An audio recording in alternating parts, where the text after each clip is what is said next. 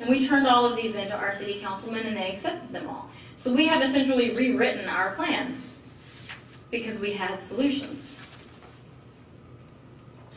Then determine your order from open to close. Have someone open your argument, and then turn on your speaker cards at the same time so you can go in order. So instead of a 3-hour public hearing over something, I don't want higher taxes, I don't want this, I don't want that, they hear, here's why we're here and what we're concerned about. These are the problems, these are the issues. Our country is sinking, it is circling the drain, and we have to stop it. Then you have your parts of your plan being broken down into why these parts of your plan are not functional or even legal, for that matter, constitutionally. And then you have 3 hours of new information each time somebody else gets up there, and you have someone to close. This is why this is important to us, because we are taxpayers and we are United States citizens. These things are unconstitutional, and these things are, a violation of those principles. So you've painted a picture and you've created a message of common sense that really no one can argue with. Then you communicate everything. At the time, we had a newsletter, and we would let everybody know what was going on, what was said, what stage we were in, what the city councilman who was where on what, and a lot of them have since, changed their positions on some things. So, key point to take away from this is stick to your plan. The second you deviate from your plan, you will lose credibility. So it's absolutely crucial that you stick to your plan. This is a letter that the City of Garland received from ICLEI, because we definitely were a member of ICLEI. And at the top, you see where it says, to Bill Dollar. Bill Dollar is our city manager. It says, remember, do not renew, and it's signed Mayor Jones. Go ahead. And so in this letter, it says, until membership dues payment is submitted, Garland, Texas is temporarily suspended from receiving all online memberships, including access to the member center, et cetera, et cetera, et cetera. So he told our city manager not to renew. That wasn't really good enough for me, because you need people to fight for you. So you need to actually take some action and not just say, no, that'll just trickle away eventually. No, that's not what we wanted. So what we did is we had our city write a letter to ICLEI. And it says, please be advised, the City of Garland, Texas has declined to renew its membership to ICLEI USA and hereby discontinues further association with your organization. And it goes on to say, remove us from your websites, any paraphernalia, blah, blah, blah, blah. Take us off, essentially. And that was signed by our city attorney, and we are no longer a member of ICLEI. But this is just proof that your city is paying for this. They've hired a consulting company to come and put out these cookie-cutter plans that everybody's going to have to abide by. But again, it's important to stop it before it gets implemented. Stop the plan so you can rewrite the plan and then move forward, or you will have to keep up with those city council agendas and fight it every step of the way. So we beat ICLEI, and now Agenda 21 is next, because our plan was scheduled to come back up in September, but they just won't release it yet. I think they're just really afraid that we're just going to pick it apart again. But it should be back up in the next couple of weeks, and everything I just told you, we're going to do all over again. We're going to get organized, we're going to take the plan, break it apart, become experts, and testify on the whole thing. And then I'm actually going to turn it over to Ken, and then we'll take questions at the end of our presentations. It's the precinct training is extremely important, because Obama won my precinct by 30 votes. 30. And if all of us just took one, maybe even just a half a person with us, he wouldn't have won our precinct. So it's extremely important that we get organized on the precinct and get our work done, because again, we have to win our states if we're ever going to get our country back. Thank you.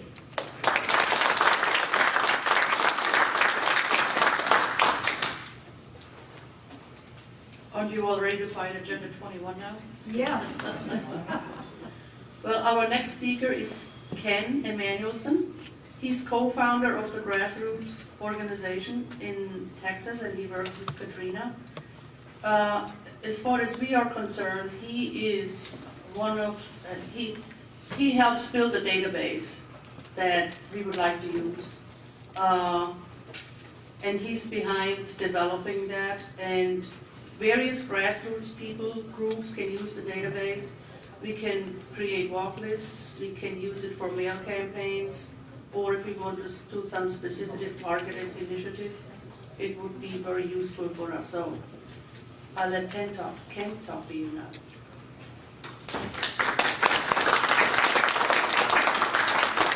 Thank you very much.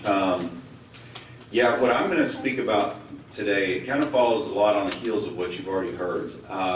I am a huge believer, I've always been a huge believer in face-to-face contact and going door to door and talking to voters. Over the years, I've walked precincts in South Carolina, in Iowa, in Florida, Louisiana, and then a lot in Texas. And I'm a big believer in it for a number of reasons. But for a long time, I did it because it kind of sort of made sense to me, and and I felt like it was, it was worthwhile, and it was kind of what I saw a lot of other people doing. But for a long time, there wasn't a lot of science behind it. They never really done a lot of study of what happens when you go and apply this approach. In science, when you're trying to figure out if a medicine works, you take a group of folks and you give them the medicine, but then you take another group of folks that unfortunately get kind of left out in the cold. They don't get the medicine, they get a placebo. But they do that to find out whether or not the medicine actually works.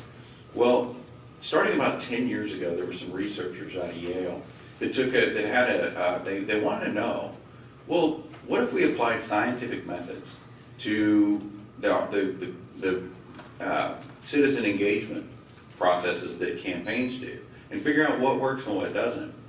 And so they really got interested in it. They started getting involved in evaluating this. And so I came across this research about a couple of years ago, actually about the time that the Tea Party movement was coming up.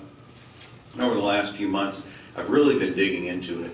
And the reason for my presentation today is to make the case to you that all these things that you're hearing and everything you've heard today, I could not agree more with what's been said about getting out there and getting in the precincts and getting door to door, because not only has historically have we known for it to work anecdotally, but we also know now scientifically that this stuff really works. And so the title of my presentation is The Art and Science of Citizen Engagement.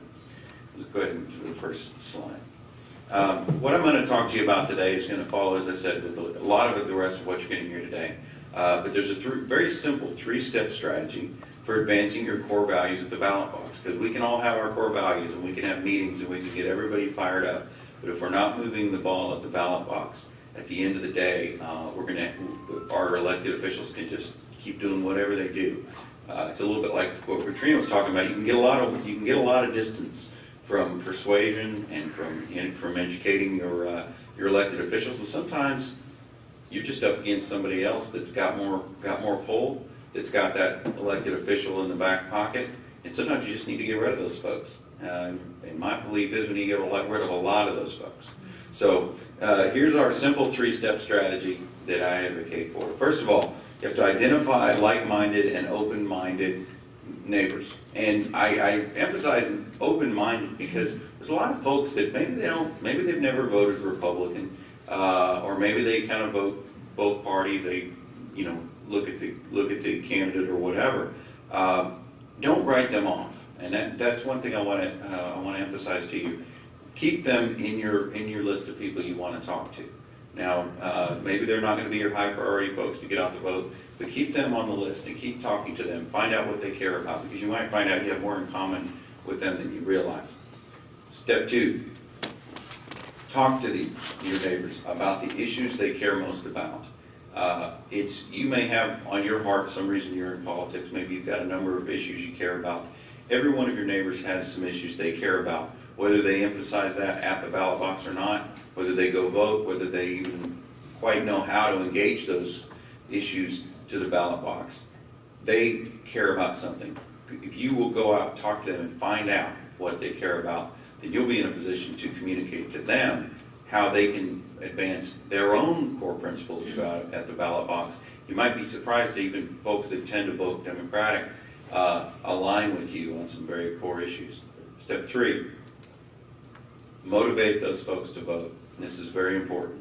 Because if you get them and you find out who they are, and you find out you guys have a lot in common, but that doesn't translate to voting at the ballot box. You may have done something nice in a universally moral way, but you haven't advanced your core principles at the ballot box. Let's go ahead. Could it really be that simple? And this is, I don't know who that kid is, but I was searching, I was trying to find an image to reflect skepticism, and so I Google image searched skeptic or skeptical, and that kid was like the first image, and I thought, that kid looks pretty skeptical, so I included that kid. My apologies to whoever's privacy and their young child I put all over these things. But anyway, next step, because that's on the internet, it's another problem. Consider this. Next step. They track, I think most of us in this room are conservatives. They track, Gallup has for many years done a poll, and they ask people, are you a conservative, or would you describe yourself as a conservative, a moderate, or a liberal? Next slide. According to Gallup, only 1 in 5 of the people that respond to that poll consider themselves a liberal. And that number is falling. Apparently, Barack Obama has not been a good salesman for liberal politics. Next slide. So that you can see that's the line. That's that bottom, that green line there is the liberal line, and it's on a downward trend. Next step. In contrast, twice as many, 42% of the respondents to that poll describe themselves as conservative, and that number is trending upward. Go ahead. You see that dark green line at the top? That's your conservative line. It's skyrocketing. It's skyrocketing almost as fast as Obama's energy prices that he promised us. You'll see even the moderates are trending down a little bit. So this is, not only are conservatives the largest proportion of the electorate, they're a growing proportion of the electorate. Go ahead. And here's another interesting thing. When you would think of folks that would describe themselves as independent, that is, they're not aligned with the Democrats, they're not aligned with the Republicans, you might think that would be a very large chunk of people that would describe themselves as moderate. That's not the case. Go ahead. This is the same chart, but they've selected out independents, only people that are non-party aligned. Go ahead. You see the same pattern.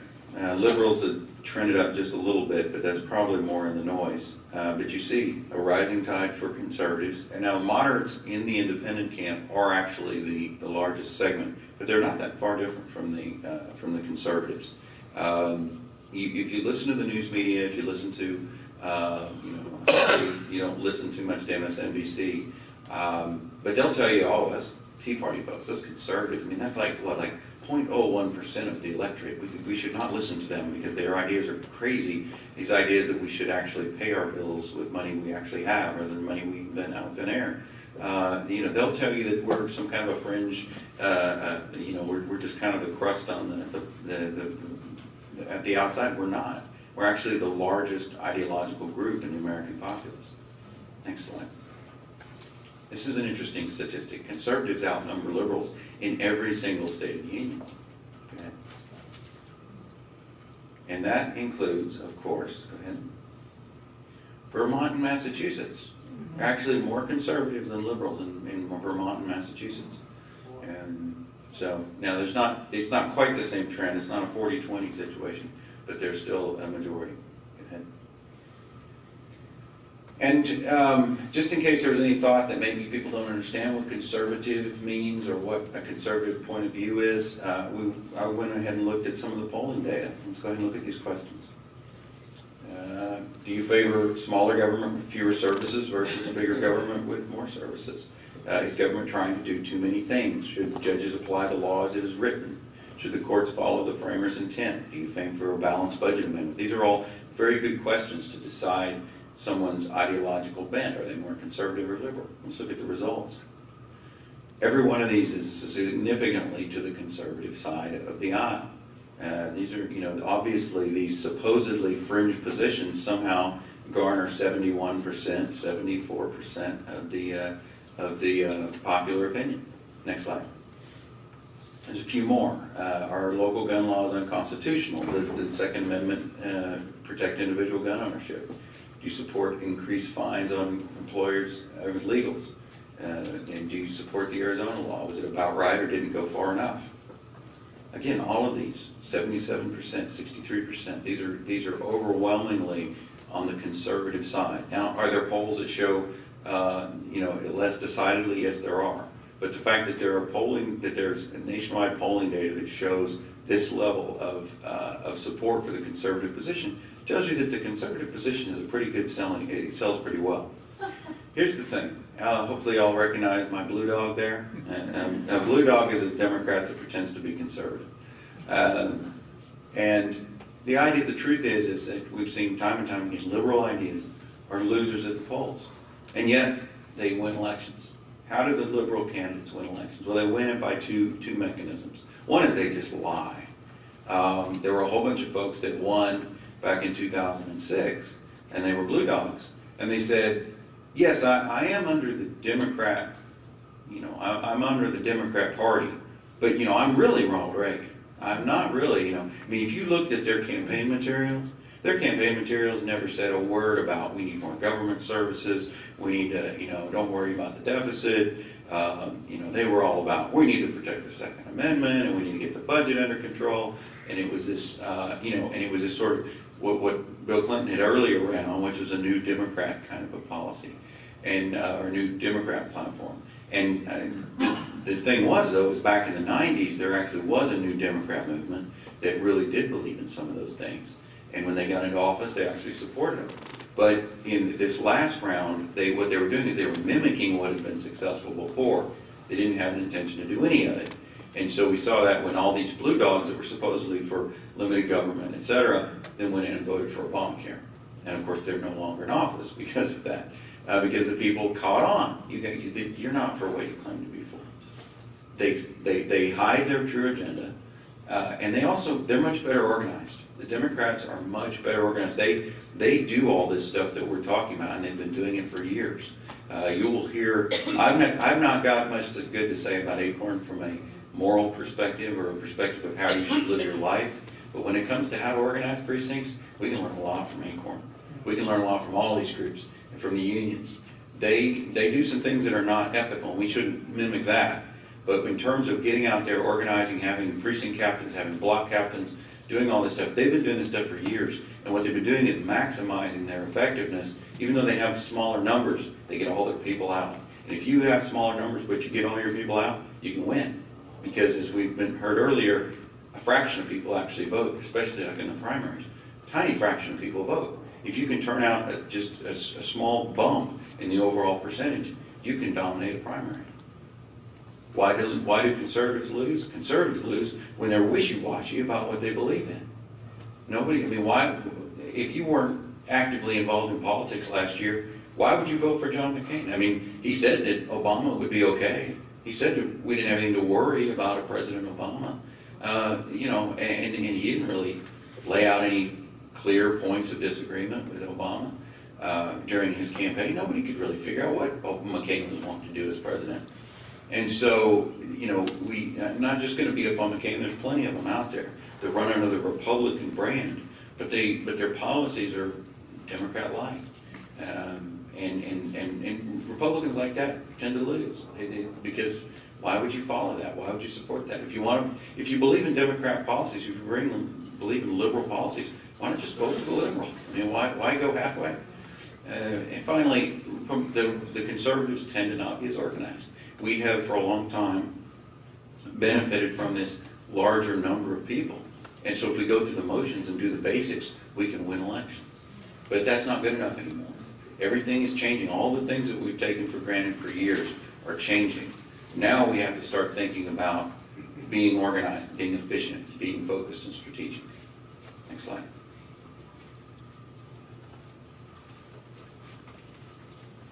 Again, just to reiterate, our three-step strategy. And each one of these has subpoints, of course. But we identify our open-minded and like-minded neighbors. We find out what they care about, and we motivate them to get them to the polls. Next slide. This applies in different ways in different elections. You're going to apply a strategy like this a different way in a general election than you are going to apply it in a primary election. In a primary election, you're looking at folks that you're not just doing a bulk get out the vote. You're actually trying to communicate with folks that already vote in the primaries. You're trying to communicate with people that are regularly, that they're likely voters in the general, maybe have never voted in a primary, but you think they might. Now, you don't want to encourage someone who is not aligned with you to go and vote, because they're likely to vote for somebody that you wouldn't support. So the first step is to find out what they believe in. Even within, and this is in the primary phase, you can see that somebody votes. For example, let's say you're active and we've talked earlier about getting involved in the parties. I personally believe that in order to do the changes we really need to do, we're going to have to, the conservatives, the grassroots are going to have to take over both parties. That's the long term. Because as long as we have one party out there that says, don't worry about what grandpa says, who tells you you can't have your cake and eat it too, I'm telling you, you can have your cake and you can eat it too. And don't worry about tomorrow, worry about today, and you can have everything, and I'll promise you a bunch of stuff, and don't worry about that other stuff about, budgets and that. Don't worry about that. That's old. That's just, details. We're going to get you what you want. Whatever you ask for, we'll give it to you. That's been the policy right so far to both parties. The Republicans do that, the Democrats do that. As long as we have one party that's willing to do that, the ones that are realists will lose to the ones that are not. So we're going to have to, I think, long term take over both parties. But in the short term, we're finding it easier probably to take over the Republican Party. But in the primary, the fact that somebody votes in the Republican primary doesn't necessarily mean they're conservative. They might be a very establishment person that just always votes in the primary. You need to find that out. The only way to find that out is to go talk to them. You start, as noted before, by acquiring the voter database for your area. We've been doing a lot with database stuff. We have the data. We're going to be making it available along with mapping tools and walk lists and all the stuff. And I know that Drew Ryan and his group, they've got a tool also that is suitable for that stuff. And so you're going to have a lot of tools at your disposal. Ours is more kind of a do-it-yourself package.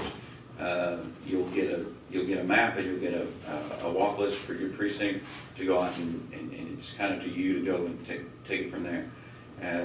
But anyway, what you're looking for is people with a consistent track record. You mostly in a primary, you want to find the people that always vote in the primary or usually vote in the primary, because those are the people that are you can pretty much count on. People that voted before are going to vote again. So you want to definitely talk to them. You also want to talk to some people after you find out where they stand. You want to talk to some people who you think you might be able to persuade to vote in the primary. Because somebody will say, well, I go to vote in November, but I don't really ever like my choices. It's Tweedledee or Tweedledum. And that goes back to what was said before. That's why you got to get involved in the primary. Get somebody you actually like. Get somebody that actually matters and is actually going to be different. Next slide. So this more or less covers what I just said. But anyway, you're looking for actual voters. Registered voters are great. If somebody's never voted, they're not likely to be voting, especially not in a primary, the first time you go reach out to them. What you really do is you take somebody that's a registered voter and doesn't vote, and you get them involved in the presidential year, because that's the easiest. And you take somebody that's a consistent presidential voter, and you get them voting in an off-year election. And you get somebody that consistently votes in November, and you get them to vote in March. It's baby steps. You got to take people where they are and start moving them where you need them to be, which is to vote more often. Of course, like I said, you want to find out where they stand, because the people you want to vote are the people that agree with you on the issues. Next step. This is just an illustration. There are a lot of people that vote like this. They only vote in the presidential year because they hear about buzzes. They hear about all the buzz in the national media, and they see that it's you get to select the president, and there's this mentality because the president gets the most media that he's got the most power. And in a sense, he's the single person that has the most power, but the overall power is much more, thankfully, decentralized away from the White House. But that's where people vote, a lot of them. Next slide. Other people only vote in November. They never vote in March. Somebody like this is a great candidate to try and start talking to them about getting there and voting in March or voting in a municipal election. A lot of people don't vote in these other elections, primaries, municipal election, constitutional elections. These are very low turnout elections. You can do a lot in those elections. Next slide. Bill has never voted in any election. It's good to talk to him. It's good to find out what he's all about. It's good to encourage him to vote. Not a priority. Usually we have more people to things to do and people to talk to and we have time, Bill's probably not a good target next time. My advice is to focus on the ideas.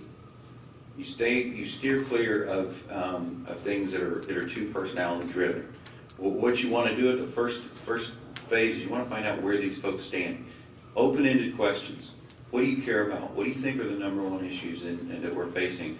What do you think the number one issue we're facing at the national level is, at the state level, at the local level? Find out where they're coming from and what they already care about. It's a lot easier to find out how someone can affect what they care about or communicate to someone how they can change what they care about than it is to get them to care about something they don't care about right now. And even when you're getting them to care about something they don't already care about, it's usually attached to something else that they care about. Next slide. The point here is at the first contact, when you first go talk to someone, it's not to win a debate with them, it's not to persuade them to your point of view. It's find out where they're at. Find out what they care about. That's what you're trying to do. Get them talking. You get them talking, get them to communicate to you what they care about. Next step. From that point, you're going to take notes. You're going to put those notes together, and you're going to keep basically a record of that person and what they're about. I mean, unless you've got a photographic memory, you've got to write these things down. And then you're going to, in the weeks and months ahead, you're going to keep talking to them.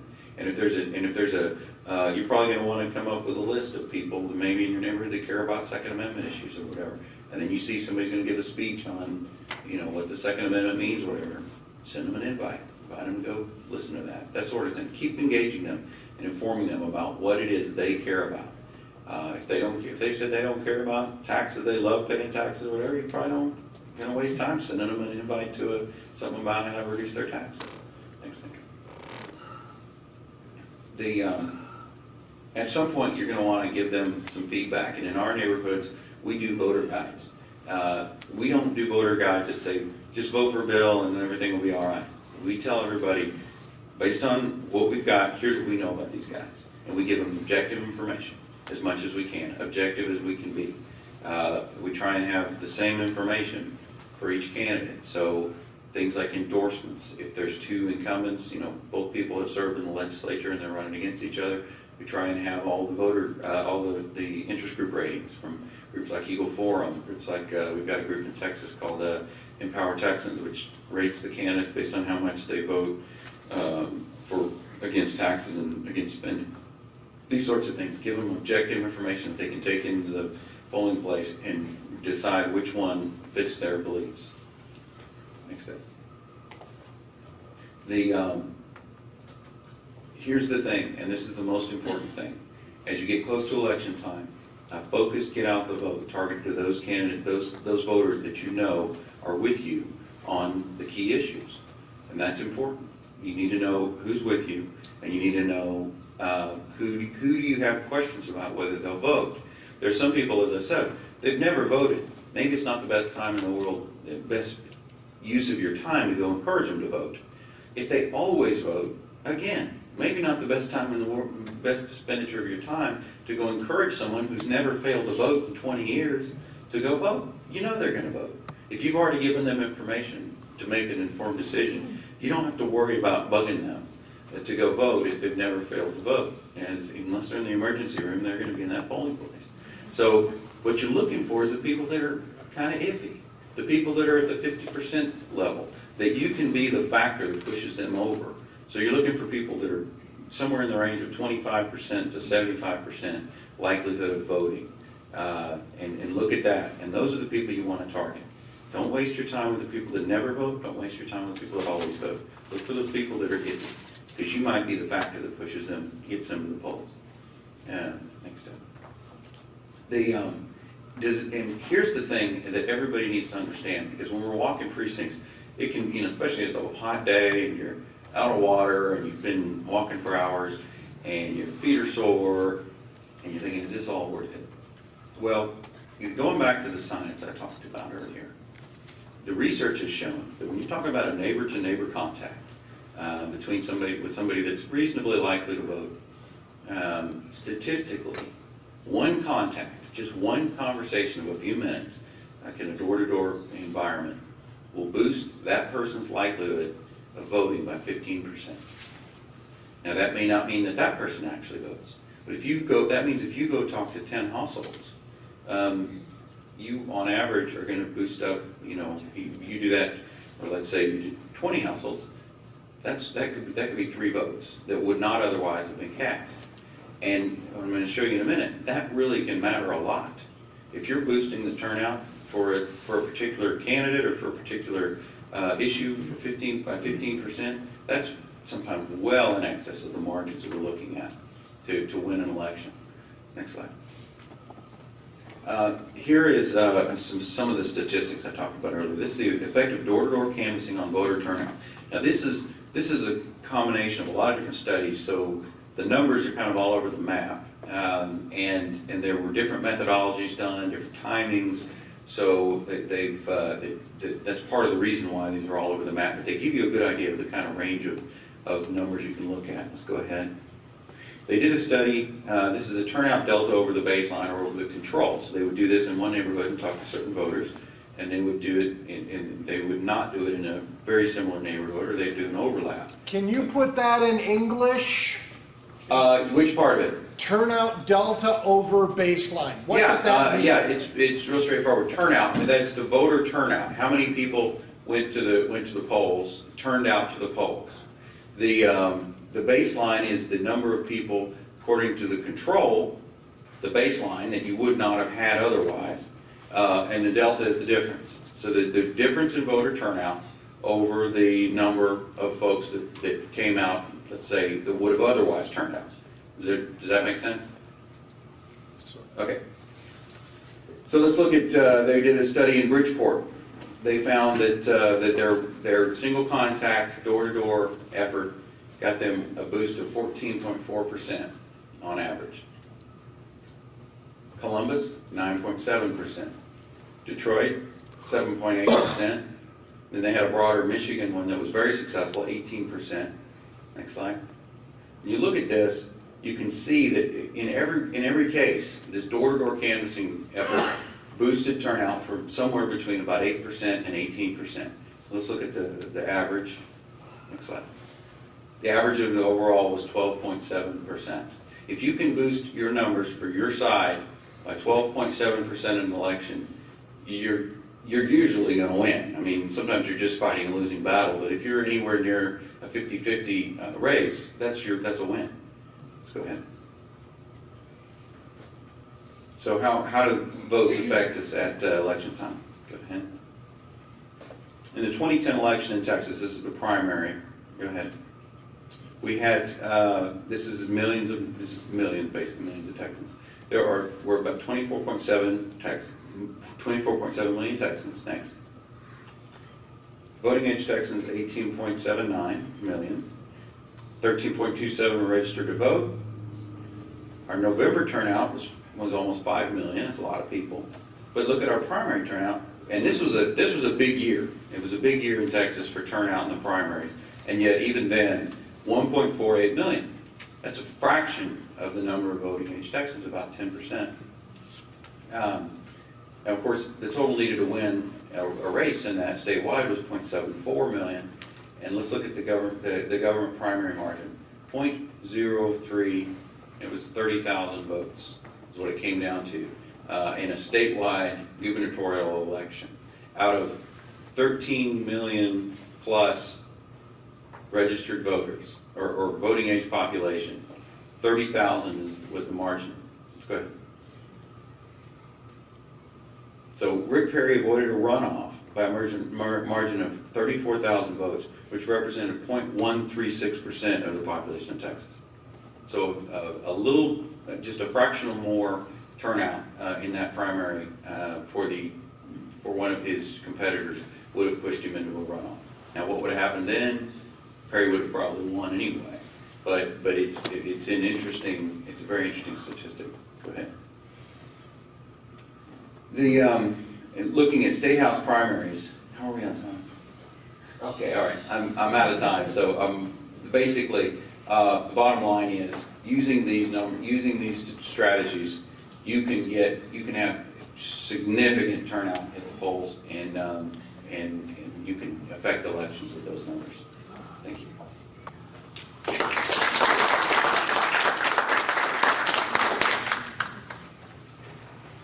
Haven't we all heard some great information this morning?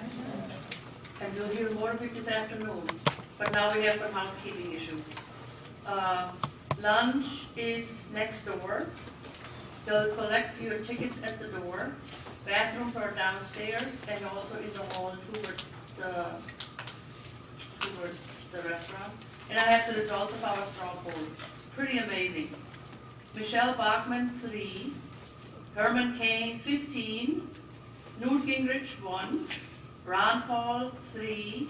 Rick Santorum, 4. Palin, 1. And nothing for Rick Perry. Okay.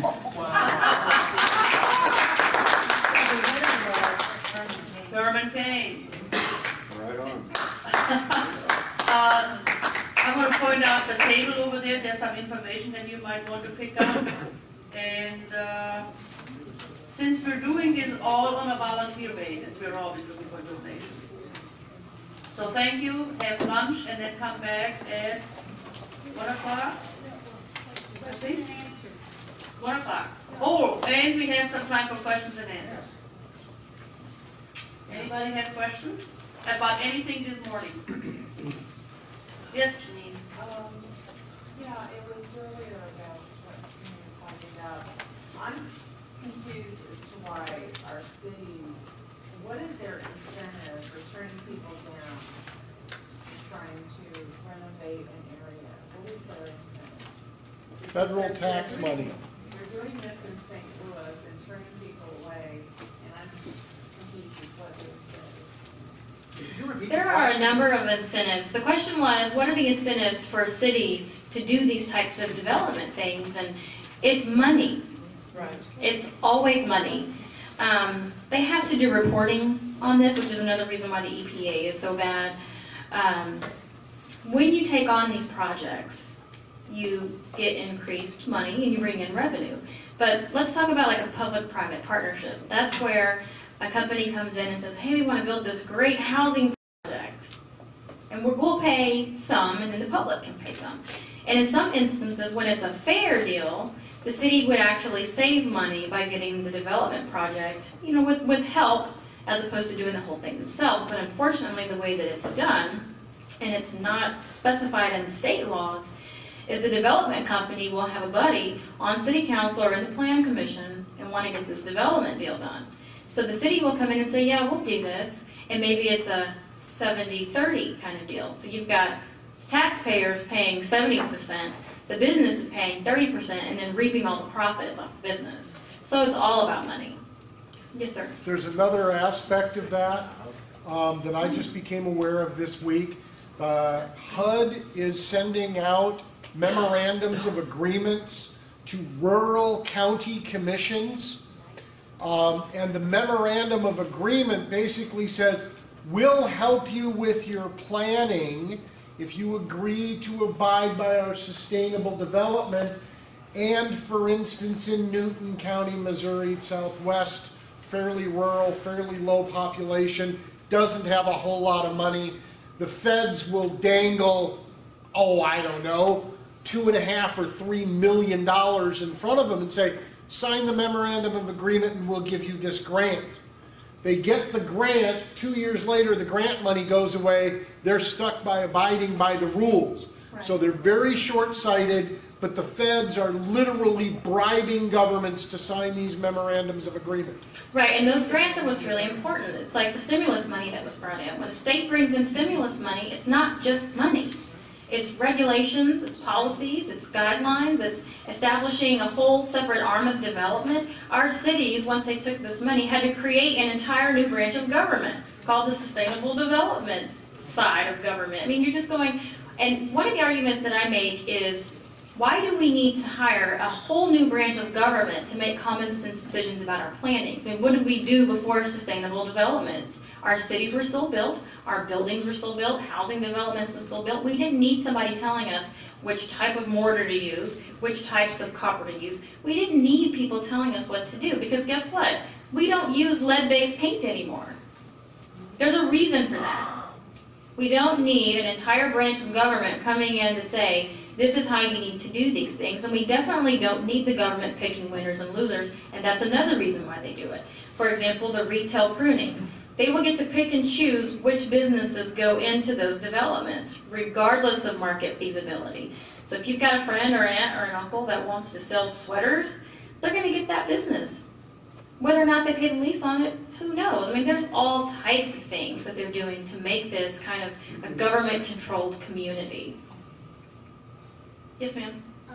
Isn't that part of how you got your neighborhood coordinator program to be so large in your community, was because of Agenda 21, you used this as a way to fire people up? Yes, and this is why I use Agenda 21, because people are always, oh, we don't have enough volunteers. Well, you have to give people a reason. These are human beings, and we're Americans. We live in our own little world, in our own little boxes, and nothing matters until they come knocking on your door. So we had a guy show up to a public hearing, and he says, I don't know why I'm here, but I got an email that says my taxes are going to go up after this meeting, so I'm just here to tell you I don't want that. He had no idea what was going on. That's why we have to bring these things home, show people how it's affecting them in their backyard and in their pocketbooks as far as the taxes go. School districts are a whole other situation. But if you can bring it home and make it personal, what's going on in D.C.? Some people are just turned off because that's just how the government is. The government's always like that. They're corrupt. Yeah, but what's going on at home? And so you can use all of these concepts in Agenda 21 to go to your neighbors and say, this is what our city is doing right now. And on this date, if you come down here, we can probably stop it. That's going to get you a whole nother type of commitment from people in your communities, because the people in the communities that can stop whatever is happening on the city level. And again, you take that like we did to the state level. And when we did our precinct organization in the state of Texas, the Republican primary voter turnout in 2010 broke the record of the state. We identified new people and got them out to the polls. And it made a huge difference. But if you don't make it personal, people aren't going to care because they're people. Nobody cares unless it's affecting them. So we have to find those ways that affects them on a personal level to get them engaged. Yes, sir. You talked about government and business partnerships. There's a term for that. It's called mercantilism. And it's actually more dangerous than socialism, because government engages with these companies and expects a certain behavior out of those companies in return for the ability to be able to further their enterprise in that area at the behest of other businesses that may be their competition. So it's a very dangerous concept whenever we engage in or allow our governments to engage in mercantilism. That was the basis of the Boston Tea Party, was that the king chose the East India Trading Company to be the sole supplier of tea for the North American colonies. And of course, they were going to get all the taxes from that tea for that exclusive agreement. And the colonists said, no, we're not going to accept that. We have other people here who are also importing tea, and what you have done is you're destroying business.